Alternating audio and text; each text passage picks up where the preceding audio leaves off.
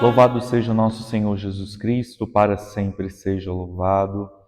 Que bom, meu querido irmão, minha querida irmã, estarmos reunidos para esse momento de partilha e meditação da Palavra de Deus, buscando as luzes necessárias para o nosso caminhar.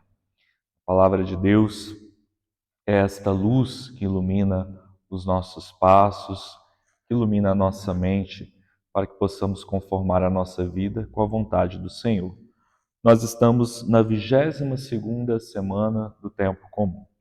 Vamos iniciar nosso momento de oração rezando a oração da coleta de hoje, pedindo que o Espírito Santo de Deus nos conduza nesse momento. Deus onipotente, fonte de todo dom perfeito, semeai em nossos corações o amor ao vosso nome e, estreitando os laços que nos unem convosco, fazei crescer em nós o que é bom e guardai com amorosa solicitude o que nos destes. Por nosso Senhor Jesus Cristo, vosso Filho, que é Deus, e convosco vive e reina na unidade do Espírito Santo por todos os séculos dos séculos. Amém. Meus irmãos, a leitura de hoje está no Evangelho de Lucas, capítulo 4, versículo de 16 a 30. Ouçamos. O Senhor esteja convosco. Proclamação do Evangelho de Jesus Cristo segundo Lucas. Naquele tempo, Jesus veio à cidade de Nazaré, onde se tinha criado. Conforme seu costume, entrou na sinagoga no sábado e levantou-se para fazer a leitura. Deram-lhe o livro do profeta Isaías. Abrindo o livro, Jesus achou a passagem em que está escrito: O Espírito do Senhor está sobre mim, porque ele me consagrou com a unção, para anunciar a boa nova aos pobres. Enviou-me para proclamar a libertação aos cativos e aos cegos a recuperação da vista, para libertar os oprimidos e para proclamar um ano da graça do Senhor. Depois fechou o livro, entregou-o ao ajudante e sentou-se. Todos os que estavam na sinagoga tinham os olhos fixos nele. Então começou a dizer-lhes: Hoje se cumpriu esta passagem da Escritura que acabastes de ouvir. Todos davam testemunho ao seu respeito, admirados com as palavras cheias de encanto que saíam da sua boca, e diziam: Não é este o filho de José? Jesus, porém, disse: Sem dúvida, vós me repetireis o provérbio: Médico, cura-te a ti mesmo, faze também aqui em tua terra tudo o que ouvimos dizer que fizestes em Cafarnaum. E acrescentou: Em verdade eu vos digo que nenhum profeta é bem recebido em sua pátria. De fato eu vos digo, no tempo do profeta Elias, quando não choveu durante 3 anos e 6 meses e houve grande fome em toda a região, havia muitas viúvas em Israel. No entanto, a nenhuma delas foi enviado Elias, senão a uma viúva que vivia em Sarepta, na Sidônia. E no tempo do profeta Eliseu, havia muitos leprosos em Israel. Contudo, nenhum deles foi curado, mas sim Naamã, o sírio. Quando ouviram essas palavras de Jesus, todos na sinagoga ficaram furiosos. Levantaram-se e o expulsaram da cidade. Levaram-no até o alto do monte sobre o qual a cidade estava construída, com a intenção de lançá-lo no precipício. Jesus, porém, passando pelo meio deles, continuou o seu caminho. Palavra da salvação, glória a vós, Senhor.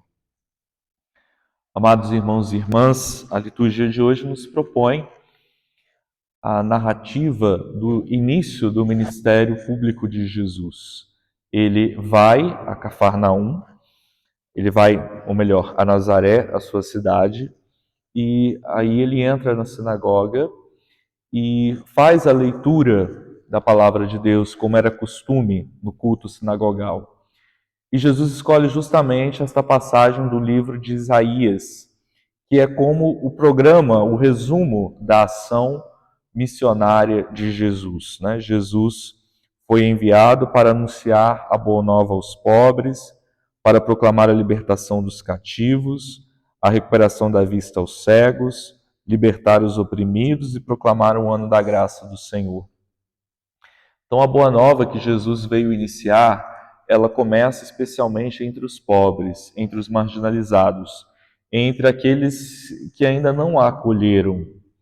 Então é por isso que nós vamos ver uma predileção toda especial de Jesus nos evangelhos pelos pobres, pelos pecadores, pelos marginalizados daquela cultura, daquela sociedade, porque Jesus mesmo vai dizer que quem precisa do médico não são aqueles que estão bem de saúde, mas sim aqueles que precisam ser curados, aqueles que estão doentes, né? Então Jesus proclama que ele veio para fazer a vontade do Pai, veio para anunciar a boa nova, e esta boa nova começa especialmente entre os mais simples. Mas é interessante que Jesus não vai ter a acolhida, né, de todas as pessoas, e muitas vezes será rejeitado. E essa rejeição começa justamente na sua cidade, onde ele viveu, cresceu, onde as pessoas o conheciam bem, né? Então, para ver em Jesus alguém maior do que um simples ser humano, do que alguém comum daquele tempo, era preciso um ato de fé.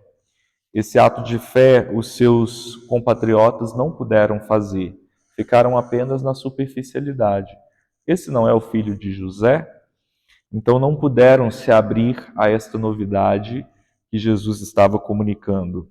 Ele realmente é humano como nós, mas é alguém que veio de Deus, né? É o próprio Filho de Deus e que veio nos convidar a participar do reino de Deus Pai.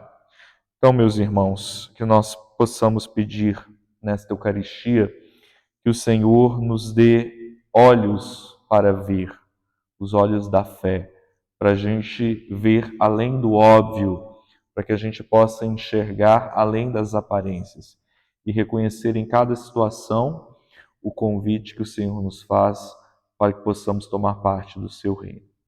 Louvado seja nosso Senhor Jesus Cristo, para sempre seja louvado.